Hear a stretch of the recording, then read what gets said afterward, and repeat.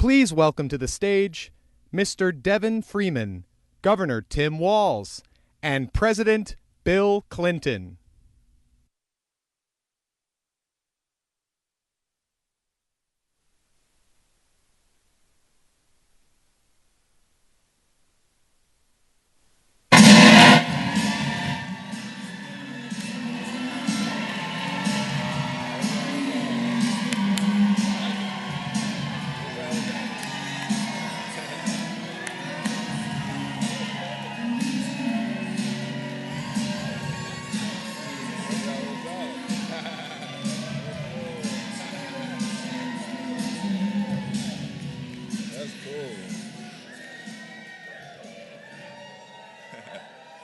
I'm fired up,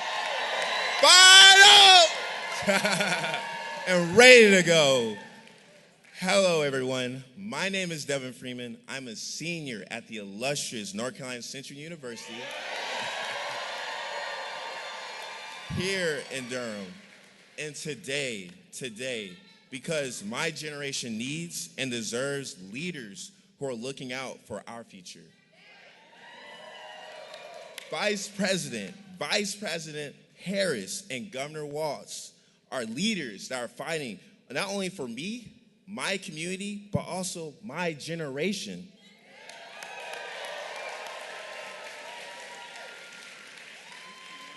They have a vision for a new way forward. That they will protect our fundamental freedoms, create economic opportunities, and preserve our democracy. Now, as vice president, we know Kamala Harris has already been fighting for our people, just like myself. She is a proud HBCU alum. She knows that our state's HBCUs are an important cultural and educational institution.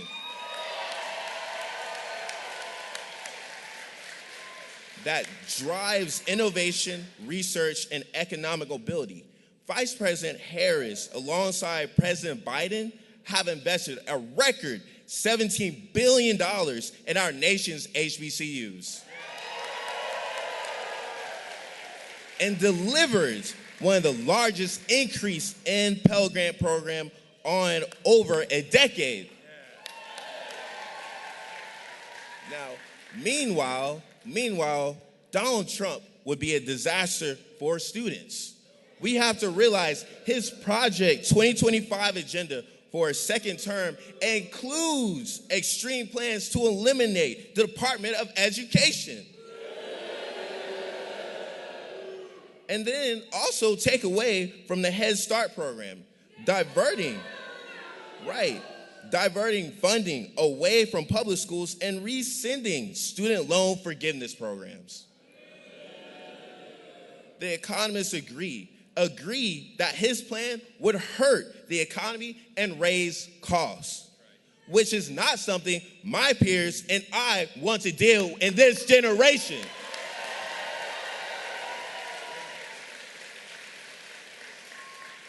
And when we talk about it, the members of my generation want leaders with a vision for the future, one where we're all able to achieve our version of the American dream.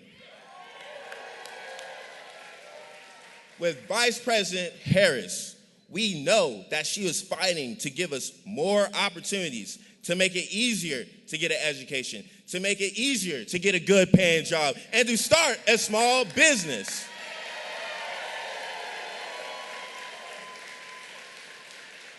And when we talk about it, Vice President Harris selected her running mate. She picked a leader who shares her vision for a new way forward.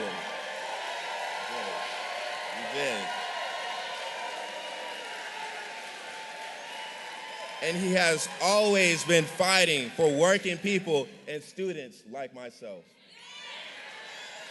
Now, Governor Walz has a heart for service that I admire and try to emulate, whether in the classroom, in the Army National Guard, or on the football field, in Congress, or as governor. we see Tim Walz is someone who has spent every day trying to make a difference for the American people.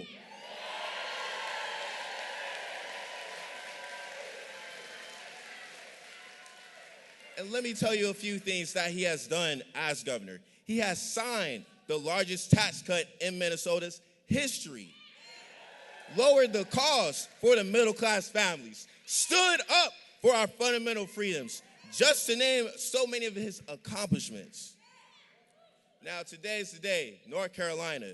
Early voting starts today. And I am proud to have voted. I voted today, as you all should vote today. Everyone here, we know the path to the White House runs through North Carolina. Everyone here, we know, has the power to make their voice heard and to turn the page to eliminate the extremists of Donald Trump and J.D. Vance. This election, North Carolina is simple. It's to get ready to elect Vice President Kamala Harris and Governor Tim Walz to be ready to be those candidates to fight for our freedoms, also to build a better economy. When we have their back, they have our back. And now it is my great honor to introduce the governor, our next vice president from Minnesota, Tim Walz.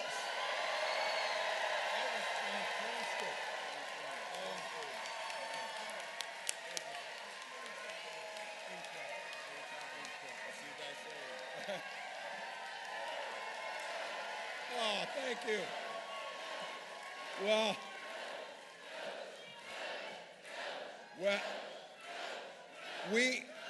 good afternoon, Durham. We're in the right spot, aren't we, in the middle of the gym, so great.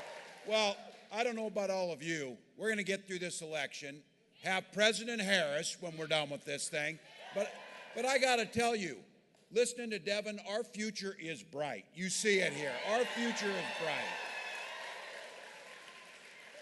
Now, I'm going to admit I'm a little partial to governors or former governors, but I got to tell you, North Carolina, and you saw it over these last challenging weeks, Roy Cooper is an absolute gem.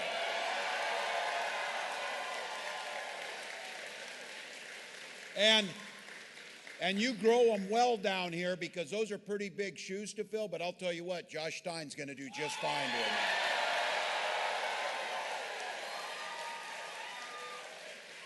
And I don't know about all of you, I'm still a little bit giddy here. I'm standing on the stage with the 42nd President of the United States.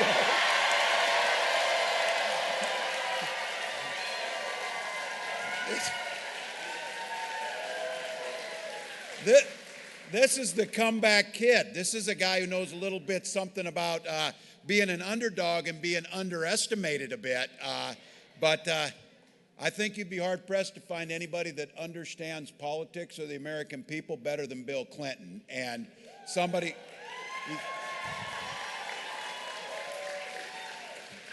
He's been a leader. He understands what it takes to win these campaigns, and he gives of his time because what he understands, just like all of you understand, you came here today and President Clinton came here today because you believe in the promise of America and you love this country. That's why you came. That's why you came. And I'm just glad that President Clinton and all of you are out here to make the case why we need to elect Kamala Harris the next President of the United States. Now, I want to say before we get started here, and I bring this to you from across the country and certainly from Minnesota, the eyes of the country have been upon all of you. Our hearts are breaking watching. We know there's folks that lost loved ones, lost everything they had. So the communities are still in the moments of recovery. I want you to know, and you've seen it, the Biden-Harris administration are doing everything they possibly can to get the relief to these areas to get it done. And it's at times like these that it brings out the best of our country. This is what it looks like to be unified. And we're going to have a choice in 19 days to decide to go down a road that Donald Trump wants to take us down of chaos and division. or Kamala Harris's vision of a United States that cares about each and every one. So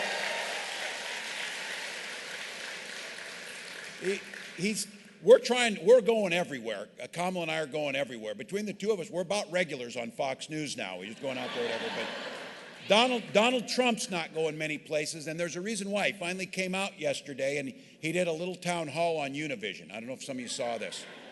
And he got pressed and asked, I wouldn't call them hard questions. I would ask them honest questions.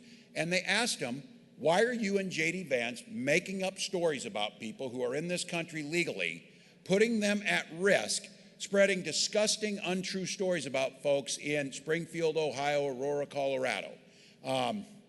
That's what he's been doing. It tells you just about everything you need to know about this. These lies that they're saying, Republican officials are telling them to stop it. And then they tell lies about the Republican officials who tell them to quit telling lies, because that's who they are. But look, let's be honest. There are outsiders coming into communities, stealing and moving jobs away, and making life harder for people living there. And they have names, Donald Trump and J.D. Vance. That's who they are. That is who's going there. Now, yesterday was like an epiphany day. If you remember back a couple weeks ago, we had a little debate in New York City, and I asked the simplest question that you could ever be asked as an American. Did Donald Trump lose the 2020 election? Pretty simple. Every court in the land, every person knows this. And on that night, I got kind of a smug non-response to it that, oh, Tim, we're thinking about the future, or something like that. Well, yesterday, they just start saying the quiet stuff outside. He got asked about it yesterday, and he said, no, Donald Trump did not lose the 2020 election. Now, the job that we're asking for to serve the American public, we don't serve an individual. We serve the Constitution and the people of the United States. That's who we serve.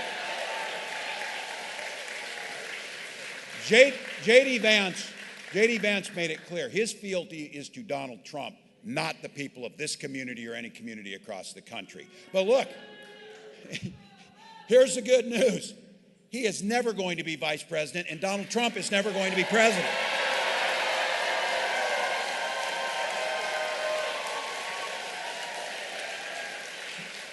You can say no to them and yes to Kamala Harris and a unified country. A new way forward. I love it when Kamala Harris talks about this. A kid who grew up in Oakland, a single mom, and a kid who grew up in rural Nebraska, middle-class folks. The one thing we understand about this is the economy works best when it's fair and it's focused on the middle class. Now, that seems pretty simple to most of us, but not to these guys. So she's got a plan that we're laying out, and we're talking about it very clearly. So I've been talking to the media. She's been talking to everyone. We're going to rural Pennsylvania and laying out a plan for rural America, and we're being clear about this. Let's talk about some of the things that are in there. 100 million Americans under Kamala Harris as president will see a tax cut focused at them. You heard Devin say that I passed the largest tax cut in Minnesota history. Not for the rich, but for the middle class. They didn't get a tax cut at the top. They're doing just fine. Look, and this idea of price gouging and cost of pharmaceuticals. I hope this is sinking into people. You saw it down here, and we saw it in Florida. A hurricane's coming, and all of a sudden airline prices went way up. That's not capitalism, that's price gouging. That's unfair. That's not right. And for insulin, capping it at 35, that's life and death. There's a young man in Minnesota named Alex Smith. Alex Smith aged out of his parents' insurance at 26, which we need to keep the ACA so you can stay on it to that. But Alex started rationing his insulin, and he ended up dying from it. And his mom had to come to the state capitol and say, I will not leave here until we fix this so nobody else loses their son for a $35 of medicine that costs $5 to manufacture. $5. Now, I'm very excited. We got a pretty young crowd here, and that's good. So Now, those of you that look like me, a little less hair, a little gray, I will tell all of you, though, you don't start really thinking about Medicare or Social Security until you see what it does. The greatest anti-poverty programs this country's ever seen. And Kamala Harris put forward a proposal here a week ago that is transformational. Medicare, when you get to be 60, you start paying attention to Medicare. Trust me on this. Because healthcare costs can bankrupt you. But Kamala Harris put out a plan that says, you know what, especially for rural communities across this country, Medicare will start paying for home health care so our seniors can stay in their homes. Good deed.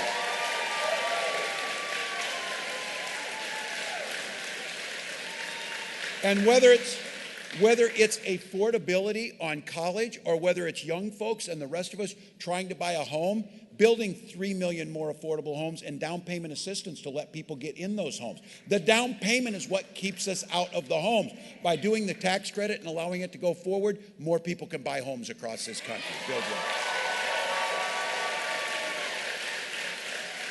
And those of you who want to be your own boss, $50,000 tax credit to start your own businesses, and we'll get it back.